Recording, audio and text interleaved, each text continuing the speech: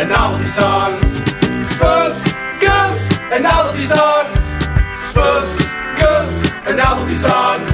Spoofs, goofs, and novelty songs. Well, how I got this reputation as a fucking Eeyore of this podcast. Oh, I wouldn't say you're Eeyore. You're more Rabbit.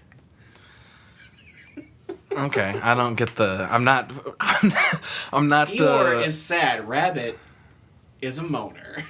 Is a moaner. Yeah, like he bitches and moans all the time. Oh, but Eeyore is sad, but he's like. He keeps to himself. I don't want to bother you with it. Yeah, and Rabbit is like, get off my lawn, kids. So how familiar with the Pooh-averse are you? Did you see Christopher Robin The last year? 100 Acre Wood. I did. Yeah, it's a delight. It's perfectly fine as a movie. I bet you watched Paddington too. No, Yo, those are good though. people say those are good, yeah. Yeah. Like Kelly, he's People a people. Whoa, don't talk movies shit are about for Paddington, babies. bro. Oh yeah, Kelly got mad. You keep movies Paddington. are I know I for- haven't even seen them, So- but I heard they're good. Little babies. Suddenly we reference children's like movies, and Kelly. So I mean, Kelly, what are your honestly, most plans of the later this movies I've afternoon? What are you doing later? Me? Yeah. Watching Rugrats, but only the ones that are not Y7.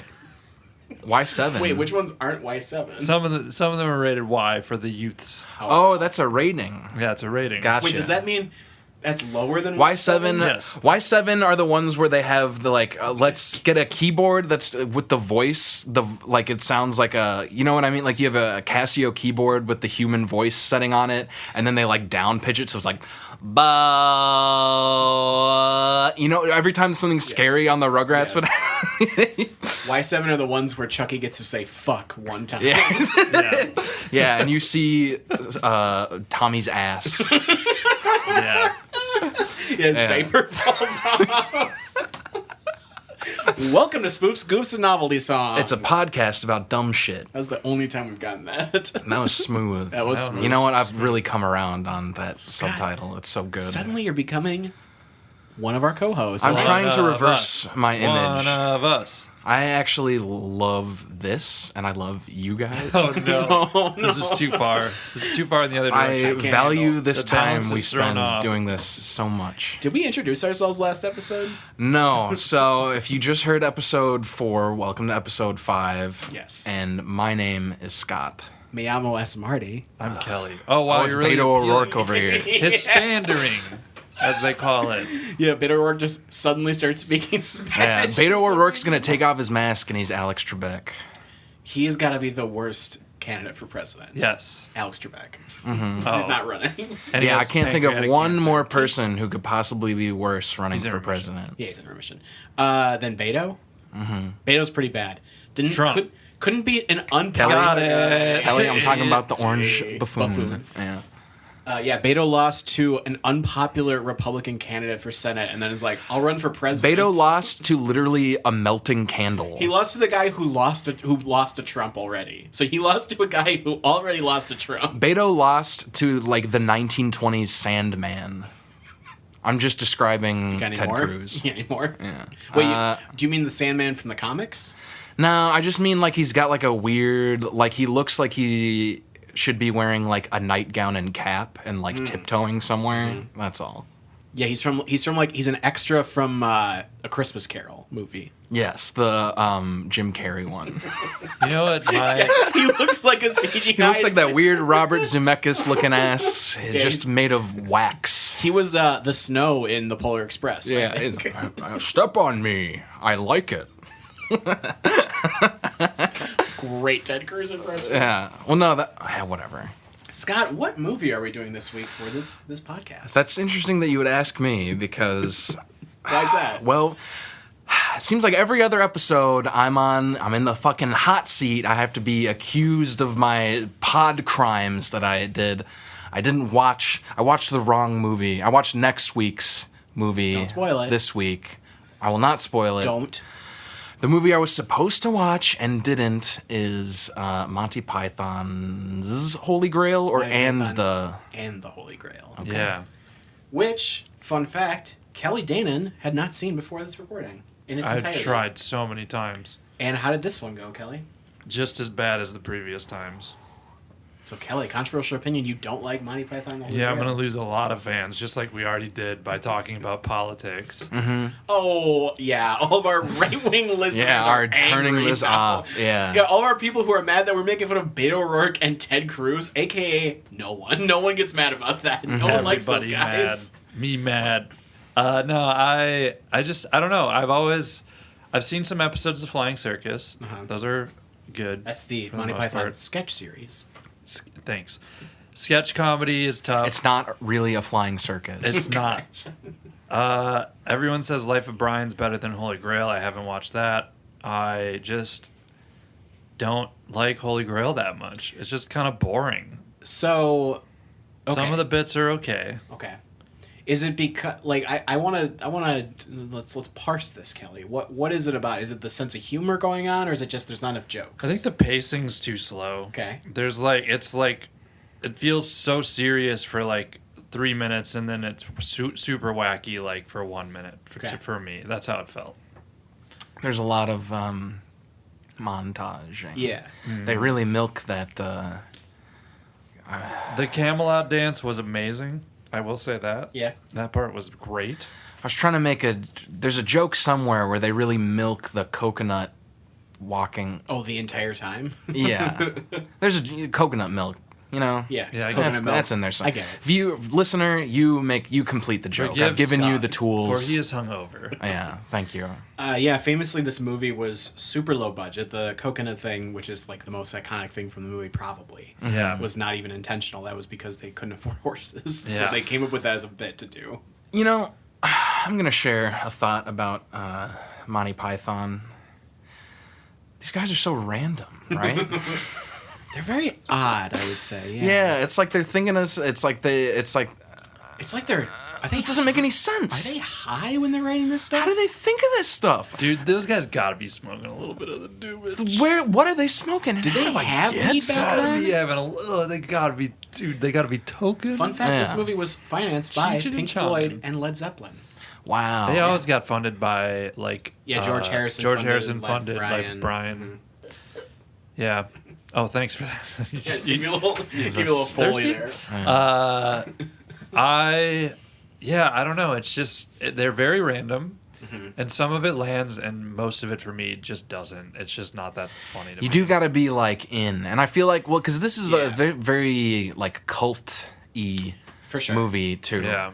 Like this is not like I feel like Anchorman is less of a, or it's like more Step Brothers. Everybody, it was like required viewing in high school. Yeah, Yeah. Anchorman was too. Like I remember, so in high school, I remember Anchorman and Monty Python were like the two things that got quoted by everyone endlessly all the time. The first time I saw Monty Python, I actually didn't like this movie at all. Can I just say also the official stance of the podcast is we think it's really funny when people quote movies.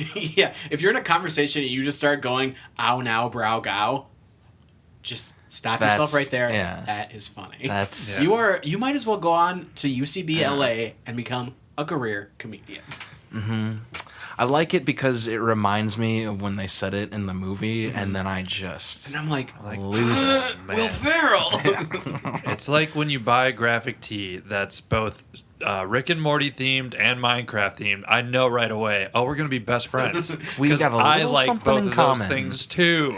It's like Rick and Morty, but with like Mario's hat on it. Oh my god, it's so good. So I random. love Yeah. graphic tees that combine two of my You guys favorite must be things. nerds. Are you guys big nerds? Dude, I'm a bit of a nerd. Yeah, we referenced I'm a bit of a nerd. Mario, so yes, we're huge nerds.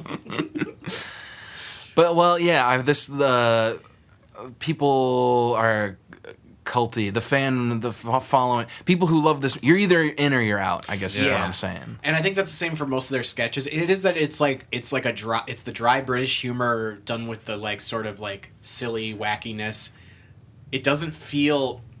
So the Monty Python group claim that they try to make this movie as grounded as possible. Do I need to get on the mic a little more?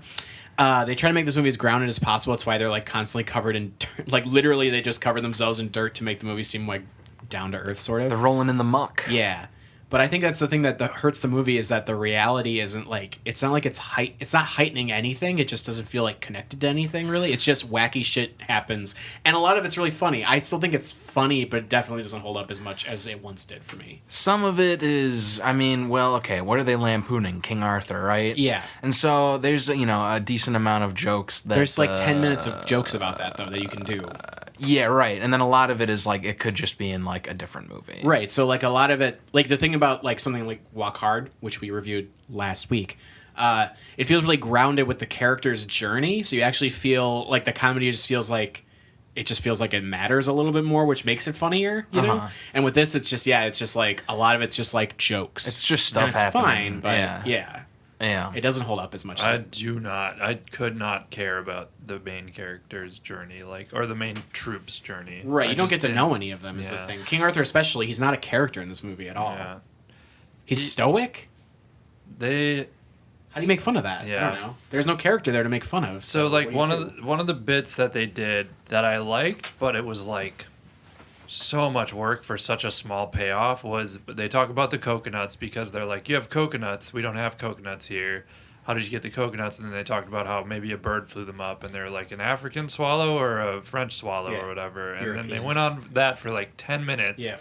And then later in the movie, right when they're about to burn the witch at the stake, right before they do that, there's a shot of a guy tying coconuts to a swallow, and that's like funny. Yes. But the whole like conversation, argument about it, which was probably improvised, just wasn't that good. It's like the opening 5 minutes of the movie. Oh my also. god, it's just so long. I'm This- just like, Watching this movie now, you can really tell how low budget it is because it's a lot of like they're in the forest and it's like isn't this a King Arthur movie and it's just like a lot of them in swamps and forests and a couple castles. Well, Like, that's very all they had Yeah, back they had then, access to Marty. like 2 castles basically. No, which I is mean in crazy. medieval times, that's all they had was castles and swamps. and no horses. There were towns. And there were lords. I didn't see a single real lord in this movie. Yeah, they should have gotten a real lord. They should have gotten Lord, the musician. What are the jokes? There's the knight who gets chopped up. Yeah, the Black Knight thing I think is still really funny, but Sorry. I think all of it is like semi-funny still. It's just like it's very much I think it's the thing is for the three of us, I think it's very a teenager movie. I think it's very like I think Monty Python is that in general. It's a very good like late teens, early 20s intro to like funny stuff. And it makes you think you're really smart because Yes. they're British. Because it's like clever enough, but Yeah. it's also very childish humor in general. Like it's not very mean-spirited sort of. It's just, isn't this absurd? Yeah.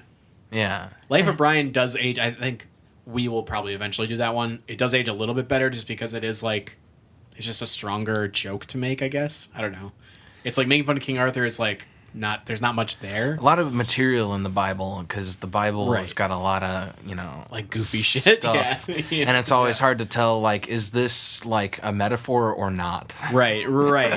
And most of it is, right? But like Yeah. and they don't really make fun of that in the thing. They just made fun of like zealots basically in Life of Brian. Gotcha. Whereas in this it's like just making fun of like the King Arthur lore. It's like cool.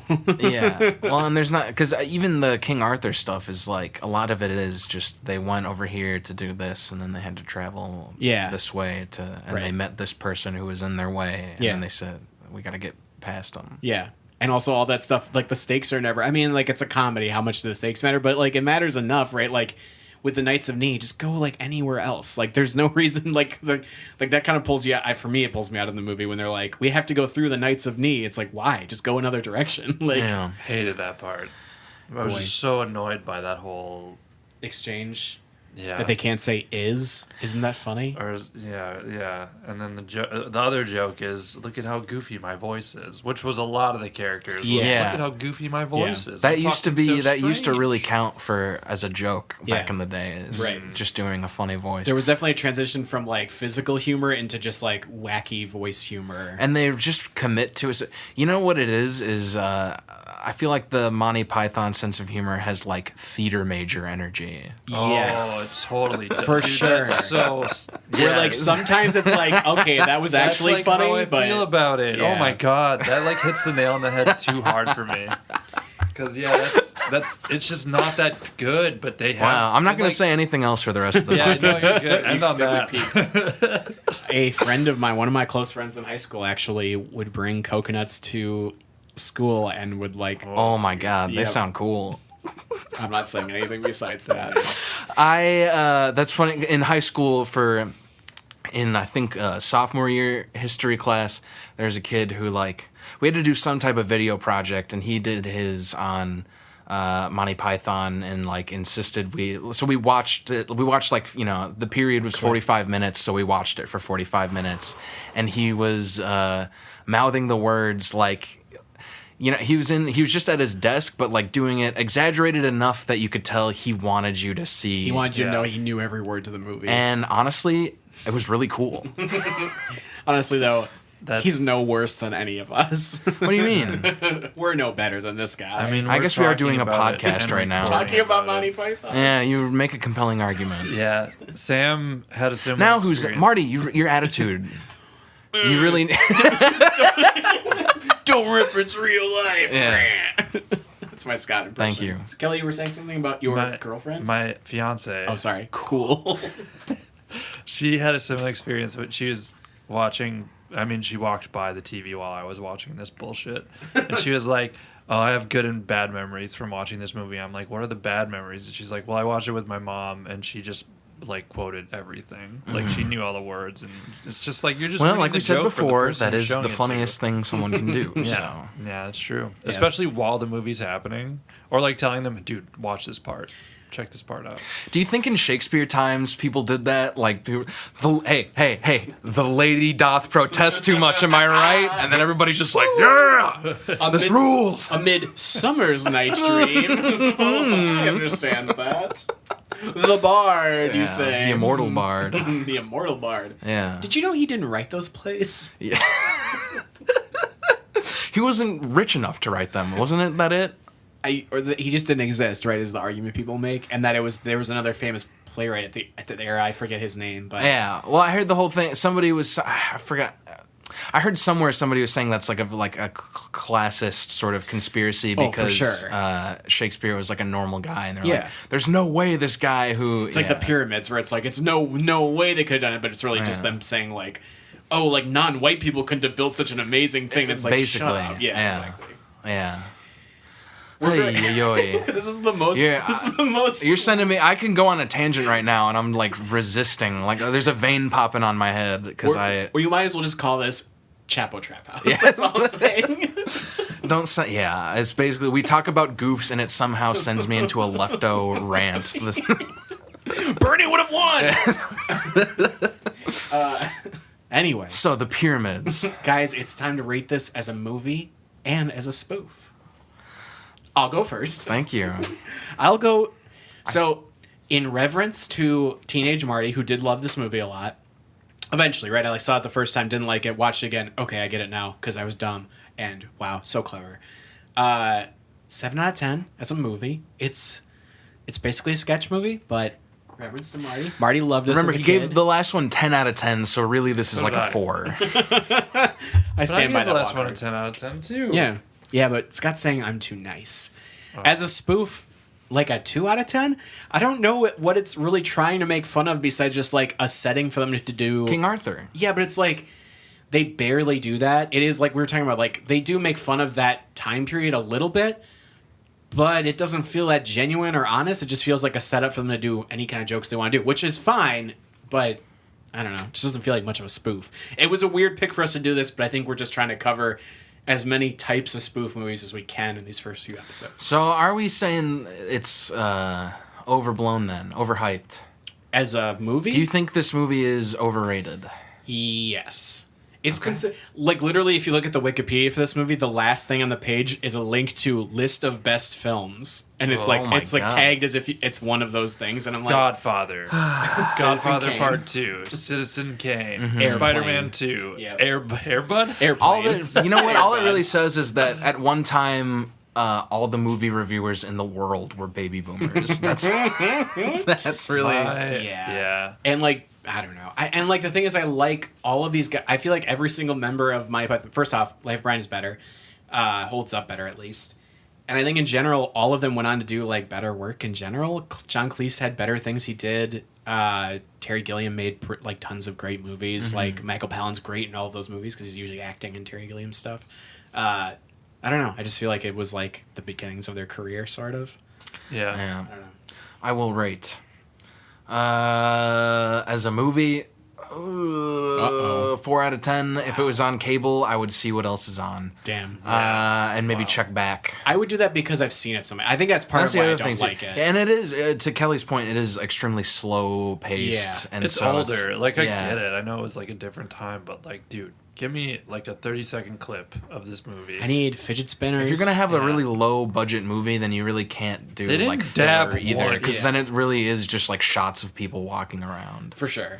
I didn't see any and- Fortnite references. Yeah. And jokes about people walking around, by the way. That's like the main running gag, though. Like you're saying about the coconuts, is literally they're walking around. Yeah. Well, a good comedian can make a Which is- joke out of the okay, things you see which every is day. Bill that's Burr. actually a fine gag. I don't know. The whole everything surrounding it was bad. All right, how was it as a? Oh, what did I say before? You said 4 out of 10 as a yeah, movie. and then as a spoof, I'll say 5 out of 10 because I definitely knew what they were spoofing, but did it do a good job? Are there better medieval parodies? Spoofs? Absolutely. What was the one with James Franco? High Noon. No. High Noon, yeah. No, or high fantasy. Fuck, what is it no. called? Oh, no, it's Your called- Royal Highness or something Shanghai like Nights, Shanghai Noon. No, those are that. Great stoner comedy. Definitely Highness. I think it's something like that. Your Highness. It's just Your I Highness. think Yeah. it is. Yeah, that movie. Boy, that movie. Yeah, I ages can't wait for well. that episode. I can. Maybe not. I can't wait for when we do the year one. Oh god. I saw that Oh, one. year one in, is like, so hours. bad. Ugh, don't spoil it. Okay, year one is great. I bet you know what? I bet I probably would find it much funnier now, though. It's fun to laugh also at what people like think is funny too. Yeah, That's yeah. Austin Or- Powers, for oh, example. Right. Anyway, Kelly. I would give it like a 5 or 6 out of 10 as a spoof because it paved the ground. It laid the groundwork for a lot of other movies, and I think it was just an early spoof. And then I would honestly, it's just like personal opinion, like a 1 out of 10 as a movie. I don't like this Wow. movie at all, especially as someone who was like grew up being like, yeah, I like comedy. This is like everyone would be like, do you know Monty Python and the Holy Grail? And I'd be like, no. And then they'd tell me to watch it, and then I would try, and it would just never clicked. I just never liked this movie. I'm not surprised you didn't like this. I was really surprised that you hadn't seen this before, though. Well, like I said, I've tried watching it, Right. and it just, I swear, like I've fallen asleep or I've just turned it off. I just wasn't interested. And that said, I had awful taste in comedy growing up too. What was your favorite comedy growing up? I'm trying to think of like before, like I try to forget what I liked before, like I got into Stella. I think Stella was like the first thing I liked that I was like proud to The enjoy. restaurant in Milwaukee? No, Michael Ian Black, David Wayne, Michael Showalter. They had a season of a show on Comedy Central. Oh, what channel is that? Oh my god, I don't remember what I liked as a kid. Fair enough. We should do an episode that's just like the target audience is just our friends. Like, We just We'll do that reference for things about us our- and things in our city. Our 1 year anniversary. yeah, The Friends sounds good. episode. Yeah. Scott, Yeah. do you have a novelty song for us this week? Well, okay, this is actually something we should talk about. Oh, this is something we On should air talk or about. off air? Because, well, We're going to record it. Same thing. And we'll decide later. We decided yes. I have a song, but it sort of fits with Next next week's. week's episode. So I'm wondering if we should I think we should just do it. just do it for this one. Yeah. Okay. Is it titled, like, the Mel Brooks song or something? Well, the song I picked, and when you hear next week's episode, just remember this, I guess. You have to do a Monty Python related song next week now. Yeah, good. Is called "They're Coming to Take Me Away, Ha-Haaa," and it's a little number written and performed by Jerry Samuels under the alias Napoleon the. I'm trying to read Roman numerals right now. I think it's 14th. It's X1V. Yes. So this song was. Thanks, guys. You're The song was came out in 1966. Ooh. And let's just get a little taste of it right now. They're coming to take me away. Ha. Ha-Haaa. They're coming to take me away, ha-ha. They're coming to take me away, ho-ho, hee-hee, ha-ha. To the funny farm where life is beautiful all the time. And I'll be happy to see those nice young men in their clean white... So there you have it. Initial thoughts, gentlemen? Literal chills. So I would say it's legit spooky because of how simple the beat is. If it was more complicated as a song, it would be like, the Monster Mash, right? But like, it's so... Yeah, a very complicated song. Like, for example, the Monster Mash. What do they do in that song? It's A Graveyard That's a Smash. song by the band Rush. Yeah, but it's what do very they do? complicated. I think they do the mash. Oh, well, let's see. The first thing he does is he's working. in his lab. Yes. Late one night? Yeah. Yeah. Let's save that for our guys, Monster Yeah, Mash thank you. review. Yeah, That was spoilies. Oh god, I just wanted such an easy. They do the mash. That's all I wanted. No. I'm confused. Can't get it from Like you. mashed potatoes? Oh my god. So this song came out in 1966. It was released as a single, and the B-side was just the same song but backwards, and with the title, the whole thing written backwards. Why? Too. What do you mean? Why? Is it This supposed- guy's crazy. is it What are you supposed talking about? That guy sounds real. Was it random. supposed to be scary? It's supposed to be scary? It's supposed to be. No, well, Okay, good. we have. So I actually had to kind of stretch to get the material about this, but later on we'll have a comment that I found on songfacts.org that people think the song is hilarious. Okay. People apparently this is to me. I agree with you that this song is Unsettling. at disturbing. least, yeah. Yes. So according to Samuels, and this is ripped straight from Wikipedia. .com. .org. According to Samuels, he was concerned the record could be seen as making fun of the mentally ill. An intention. Oh, wait. So, sorry, I should backtrack a little bit. In the third verse, it is revealed that the person the narrator is talking about who left them is, in fact, not a person, but a dog. They say the ASPCA will catch you, you mangy mutt. So, with that in mind... according to Samuels, he was concerned that the record could be seen as making fun of the mentally ill and intentionally added that line about the dog. And this is a quote from Samuels. You realize that the person is talking about a dog having left him, not a human. I felt it would cause some people to say, well, it's all right. And it did. It worked. So he's actually not making fun of crazy people because...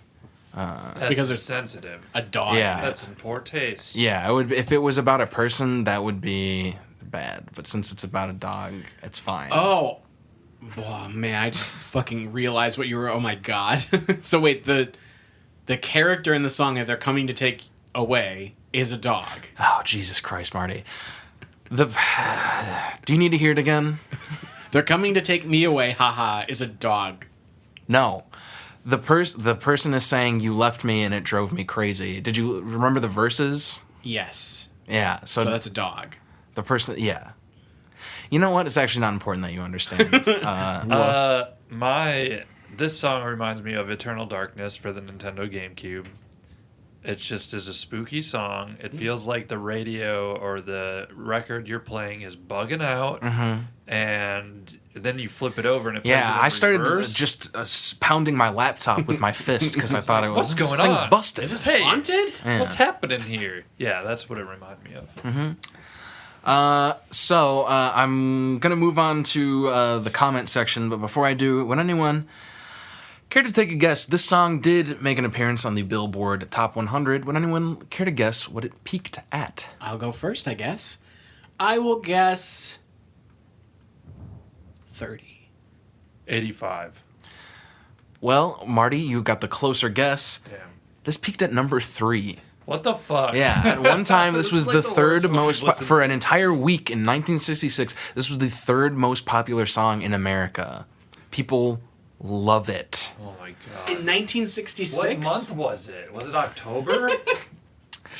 No, it was July. That's Mental Health Month. Yeah. And again, this song is not making fun of the mentally ill. No, it's making fun of dogs who are Yes. mentally ill. Marty gets it. I do get it. So here's I went on songfacts.org and here's a comment someone left about the song. This song is darned hilarious. Most of my friends like it, in parentheses, even one who generally hates songs of this variety. Technically, it is the only rap song I even tolerate. Well, you could... What? What?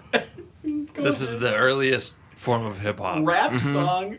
I knew it was invented by white people. Thank you. Technically, this is the only rap song I even tolerate. Well, you could stretch it to say it's rap. I once wrote a song called They're Coming to Take Me Away, except this was before I knew this one even existed. I love it. It seems to describe my own form of madness. Is this all one comment? This is all one comment. Holy shit. Yeah, and that person is still out there. This song describes their own form of madness, and they're leaving comments on the internet. That person, Jeffrey Dahmer. Oh my god.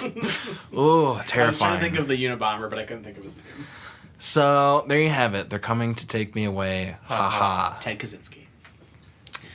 Kelly, Boy, do you have a little novelty product for us? if you guys liked Scott's rant last week, you're going to love it this week.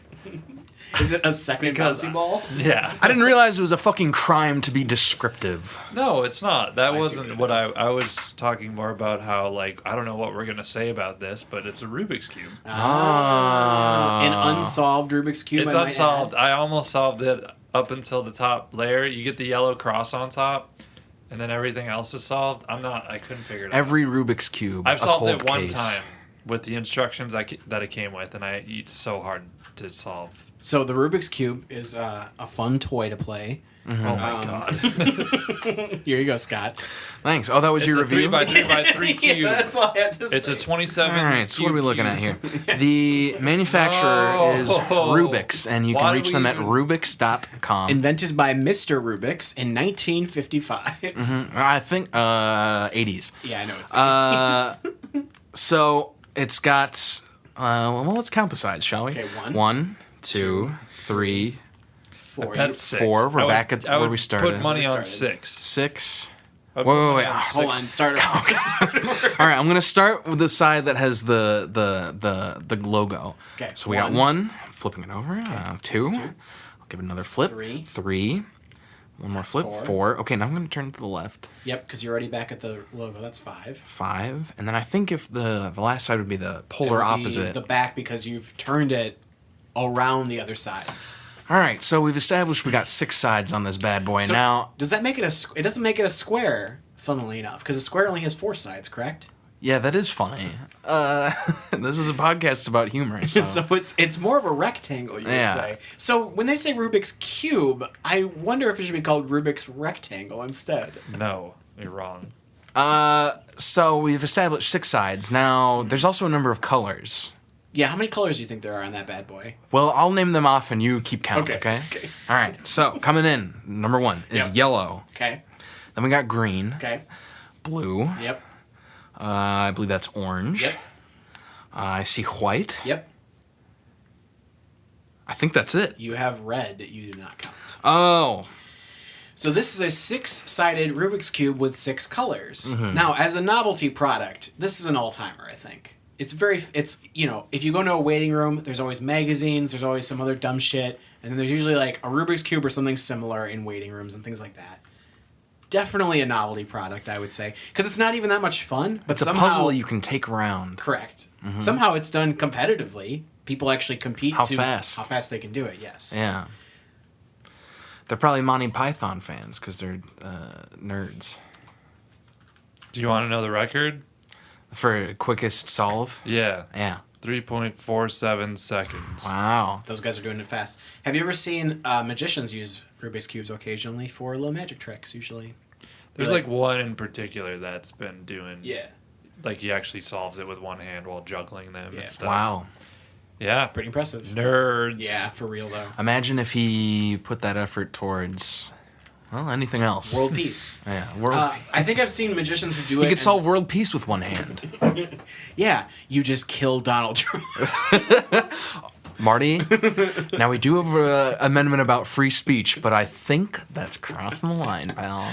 I'm sorry, FBI. I was kidding. He just winked at me. He just winked at me and held up a gun. With my penis. Yeah, he just winked at me with his penis. Remember? Okay, actually, we'll talk about. You know what? No, we'll talk about it on air. The other day when we were watching the tennis thing we watched. Yes. And I said 7 Days in Hell. And I made fun of your sense of humor because I said you just take something and add sex to it. That's what I'm talking about right there, where I said you winked at me and then you said with my penis. Case in point. Yeah, that's the one time I've done that today. Today. Yeah, today. Okay. I don't make sex jokes that often. So you got to spin the Rubik's Cube in different. There's how do you describe this? Each side has a X and Y axis. I'm trying. Somebody might not have heard of it. Yeah. Oh yeah, it's also Rubik's. It's spelled Rubix, not Rubicks. For those looking it up. You know, remember like when you had projects in high school? Rubik. Whatever. Oh my fucking God. In high school, okay, the teacher is like giving out a project to everybody, and then you have like a little like table, right, that determines like how you're graded on each aspect of it. What do you call that thing? A syllabus. I'm looking for a rubric. You ever heard yeah, rubric? yeah. So I remember in Rubik's high Cube. school, my mom would get mad at me about like, you know, doing bad on homework and shit, and she kept, "Did you look at the rubric? Did you look at?" And yeah, the end. It's because your mom was a teacher, though. So she had high expectations for her child. Yeah, but as High a teacher- expectations, but low Hold on, expectations hold on. for pronouncing shit. As a teacher, Fair. she should know how rubric is pronounced. That's what I'm saying. Yeah. Stanley Rubric. See, but she was maybe testing Stanley you, Scott. Rubik. Oh, There's She two wanted, we can do. She wanted you to correct her to show Oh, that I'm learning. that you're learning. Yeah, because that then she that was tossed the you. assignment is correct your parents. I went to the school for precocious children. Well, Kelly, thank you for bringing in such a lovely novelty. those are two toys. Kelly, thank you. You're very welcome, gentlemen. That is going to do it for us this week. Thank you for listening so much. We really appreciate it. Is that our sign off now? I think so. All right, bye-bye.